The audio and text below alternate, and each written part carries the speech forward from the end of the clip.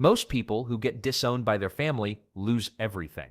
But what if I told you that losing my family name was exactly what I needed to take everything they built? Here's how their rejection became my greatest weapon. Getting kicked out of your family business feels like getting punched in the gut by your own mother.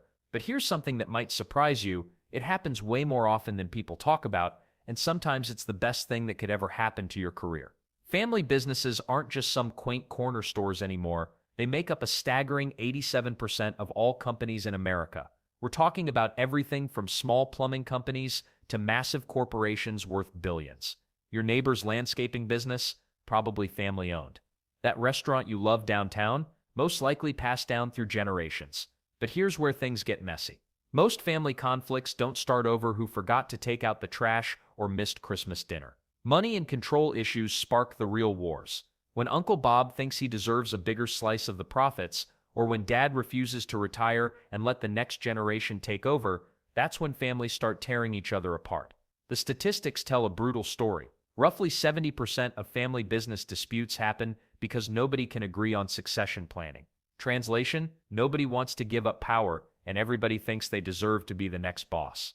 It's like musical chairs, except the music never stops, and there are way too many people fighting for one seat. Getting excluded from the family empire usually happens when you become a threat to the existing power structure. Maybe you suggested modernizing the ancient computer system that still runs on floppy disks. Perhaps you questioned why the company keeps losing customers to competitors who actually understand social media. Or maybe you just asked too many uncomfortable questions about where the money really goes. Family loyalty becomes a weapon when business interests clash with relationships. Your own siblings might vote against your ideas in board meetings. Cousins who used to share secrets with you suddenly won't return your phone calls. Parents who taught you everything about the business act like you're a stranger when you challenge their outdated methods. The weird part is how family businesses operate like mini kingdoms. There's usually one person at the top who makes all the decisions, and everyone else just nods along to keep the peace. Questioning the king or queen, even with brilliant ideas, often leads to exile. They'd rather keep things exactly the same than risk changing anything, even if change could save the company. Then there's the favoritism factor. The golden child who can do no wrong gets promoted regardless of competence. Meanwhile, the family member with actual business skills gets pushed aside because they're too aggressive or don't understand family values. It's like watching a reality show, except the drama affects real paychecks and futures. But here's what nobody tells you about getting kicked out. It forces you to see the business world as it really is, not through the rose-colored glasses of family protection. You start noticing things that family insiders never see, like how customers actually feel about the company or what competitors are doing better. The emotional damage from family betrayal runs deep, but there's something powerful about learning to survive completely on your own merit. Getting kicked out by your own family hits different than any regular job loss. We're talking about people who knew you before you could walk, suddenly treating you like a stranger with a contagious disease. Your cousin who used to share Halloween candy with you, now he won't return your calls. The aunt who taught you how to tie your shoes, she pretends not to see you at the grocery store. Family business rejection messes with your head in ways that corporate layoffs never could. When IBM fires you, it's just business. When your brother fires you, it feels personal because it is personal. Makes sense, right? These people have seen your baby photos and know about that embarrassing thing you did in middle school. The worst part isn't losing the paycheck, it's losing your identity. You went from being part of the Johnson construction legacy to being that Johnson kid who got kicked out. Depression kicks in fast when your own blood treats you like damaged goods.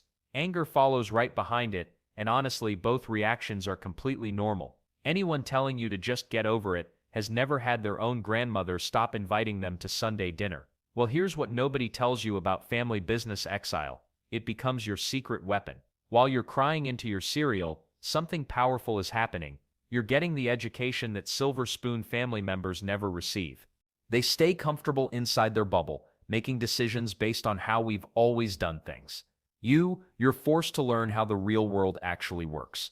Building new relationships becomes crucial for your sanity and your future plans. Professional therapy helps separate the family drama from actual business strategy. A good therapist won't just hand you tissues, they'll help you see that Uncle Bob's terrible inventory management isn't your fault, and Cousin Mike's gambling problem shouldn't be your responsibility to fix. Then there's the unexpected advantage of learning your family's business from the outside. Remember, 90% of small businesses fail within 5 years, and family businesses aren't magically exempt from basic math. While your relatives are arguing about who gets grandpa's corner office, you're studying financial statements and discovering some uncomfortable truths. Market research reveals what customers actually want versus what your family assumes they want. Competitors often spot weaknesses that family members refuse to acknowledge because admitting problems means admitting that dear old dad made mistakes. Industry connections matter way more than having the family name on your business card, and the weird part is, most family businesses are surprisingly vulnerable. They make emotional decisions instead of smart ones. They promote based on DNA instead of talent. They ignore warning signs because facing reality means having difficult conversations at Christmas dinner. Your exile forces you to build real skills while they're busy playing house with a multi-million-dollar company. You learn to survive on merit instead of birthright. You discover that business success comes from understanding numbers, not understanding family politics. But knowing their weaknesses is just the beginning of your comeback story. Getting kicked out of a family business hits different than losing any regular job. Your cousin who fired you still shows up at Christmas dinner. Your uncle who sided against you expects you to pass the mashed potatoes like nothing happened. The awkwardness could cut through steel. When family ties get severed over business decisions, your entire identity takes a beating. You grew up thinking you'd run the company someday. Now you're wondering who you actually are without that family name attached to your business card. Depression creeps in first, then anger follows close behind, and honestly, both feelings make perfect sense. The worst part is how isolated you become. Family gatherings turn into minefields where everyone walks on eggshells around you. Some relatives pick sides. Others pretend nothing happened while secretly gossiping about the whole mess. Your support system just imploded right when you need it most. But here's what nobody tells you about getting exiled from the family business. It might be the best thing that ever happened to your career. Well, eventually anyway. Right now it probably feels like getting hit by a truck driven by your own grandmother. Building new relationships becomes your lifeline. Professional networks, industry contacts, former colleagues who left the family company years ago, these people become your new foundation. They judge you on your actual skills instead of whose DNA you share. Refreshing change, right? Then there's the therapy angle that most people skip. Getting professional help isn't admitting defeat. It's getting equipped with tools to separate family drama from business strategy. A good therapist helps you figure out which emotions are worth keeping and which ones are just holding you back from making smart moves. The weird part is how much clearer your thinking becomes once you step outside that family bubble. You start seeing problems with the business that everyone inside couldn't recognize. Maybe Uncle Bob really was terrible at managing finances. Perhaps Cousin Sarah's marketing ideas were stuck in 1995. Distance gives you perspective that family loyalty had been blocking. Your emotional healing happens in stages, not all at once. Some days you miss the security of having a guaranteed job.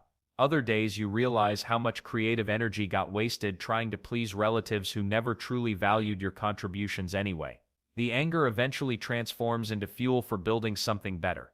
Recovery also means accepting that some family relationships might never fully heal. That stings, but it's reality. Blood doesn't automatically create loyalty when money and power enter the picture. Learning this lesson early saves you from making similar mistakes later. The emotional fallout teaches you resilience you never knew you possessed. You discover strengths that only surface when everything familiar gets ripped away. Most importantly, you learn to trust your own judgment instead of defaulting to family groupthink. What you don't realize yet is how this emotional growth will become your secret weapon when you start studying their business operations from the outside. Because understanding your own motivations is just the beginning. Getting kicked out by your own family hits differently than any regular job rejection. When blood relatives decide you're not good enough for their business, it doesn't just hurt your wallet, it rips apart your sense of identity. One day you're part of the family legacy, the next you're persona non grata at Sunday dinner. The emotional devastation runs deeper than most people expect. Your brain starts questioning everything. Were you actually incompetent? Did they never really want you there? The worst part? You can't just block them on social media and move on like a bad breakup. These people show up at weddings, funerals, and holiday gatherings for the rest of your life. Depression creeps in fast when family business exile happens. Makes sense, right? You're not just losing income, you're losing your place in the family hierarchy. The anger follows shortly after. Then comes the dangerous phase where you start believing maybe they were right about you. Well, here's what family business therapists won't tell you up front. This emotional spiral actually serves a purpose. It forces you to separate your self-worth from their approval. Most people spend decades trapped in family businesses, never developing their own identity. Getting kicked out becomes the best thing that ever happened to them, but only if they handle the fallout correctly. Building new relationships becomes your lifeline during this period. The tricky part? You need to find people who knew nothing about your family drama. Fresh perspectives matter more than sympathy from relatives who witnessed the whole mess unfold. Professional therapy helps, but not for the reasons most people think. A good therapist doesn't just help you process hurt feelings, they teach you how to separate legitimate business criticism from family manipulation tactics. There's a huge difference between your marketing strategy needs work and you'll never amount to anything like your successful cousin. The weird part is how family businesses create these twisted loyalty tests. They expect you to accept terrible decisions because we're family. But when profits drop or control gets threatened, that same family loyalty disappears faster than free pizza at a college dorm. Then there's the identity crisis that nobody talks about openly. When your last name was your business card, losing access to the family company feels like losing yourself. You start introducing yourself differently at networking events, your LinkedIn profile needs a complete overhaul. Even your personal brand has to get rebuilt from scratch. Let's not forget the practical side of emotional healing. You need new professional references who aren't related to you. Your work history suddenly has gaps that are awkward to explain in job interviews.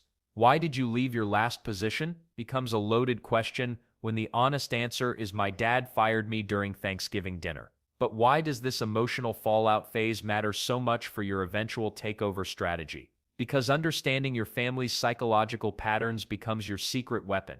You learn exactly which buttons they push during stressful decisions. You discover their fear-based thinking that will later destroy their business from the inside. The emotional scars you're developing right now, they're actually building the mental toughness you'll need when it's time to learn their business secrets from the outside. Congratulations, you just pulled off something most people think is impossible. You took over the family business that kicked you out. The very place that chose blood over brains now has you sitting in the big chair. But here's what nobody tells you about winning this particular war. The real work starts now. Your first day as the new owner feels weird, right? Former family employees are watching your every move. Some are secretly cheering because they hated the old management. Others are terrified their jobs might disappear. The smart ones? They're already figuring out how to get on your good side. These employees often become your most loyal workers because they've seen what bad leadership looks like firsthand. Then there's the numbers game that changes everything. Family-owned companies employ 59% of all private sector workers in America. That means you're not just running some small operation anymore. You're part of the backbone of the entire economy. The pressure hits different when you realize how many families depend on your decisions. But the weird part is how proving yourself never really stops. Your first profitable quarter feels amazing until you realize everyone's waiting for the second one. And the third? Family businesses fail because emotions cloud judgment, but now you can't use that excuse anymore. Every decision gets measured against cold, hard results. Building company culture without family drama becomes your secret weapon. No more cousin Bobby getting promoted because he shares DNA with the boss. No more awkward Christmas party conversations about who's really in charge next year.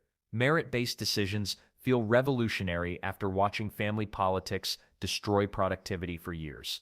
Well, here's something that might surprise you. Creating your own business family often works better than relying on blood relations. Loyalty earned through respect and fair treatment beats guilt-driven family obligations every single time. Your employees start working harder because they want to, not because grandma will be disappointed at Sunday dinner. Let's not forget the beautiful irony of the whole situation. The family that excluded you for threatening their power structure just handed you complete control through their own incompetence. Makes sense, right? They spent so much energy fighting internal battles that they forgot about the external war for market share. Your biggest advantage becomes the very thing that got you kicked out originally. You think like an outsider, while family owners get trapped in "that's how we've always done it" thinking. You can spot opportunities they're blind to. Customer complaints they ignored, you fix them. Market trends they dismissed, you capitalize on them. Success means learning that business families aren't built through genetics. They're built through shared goals and mutual respect. The people who stick with you through the transition period become your core team. They watched you take over not through birthright but through strategy and persistence. The ultimate revenge isn't just owning the business that rejected you, it's running it better than they ever could while building something that actually lasts. Sometimes the best family business owners aren't family at all. They're the ones determined enough to earn it.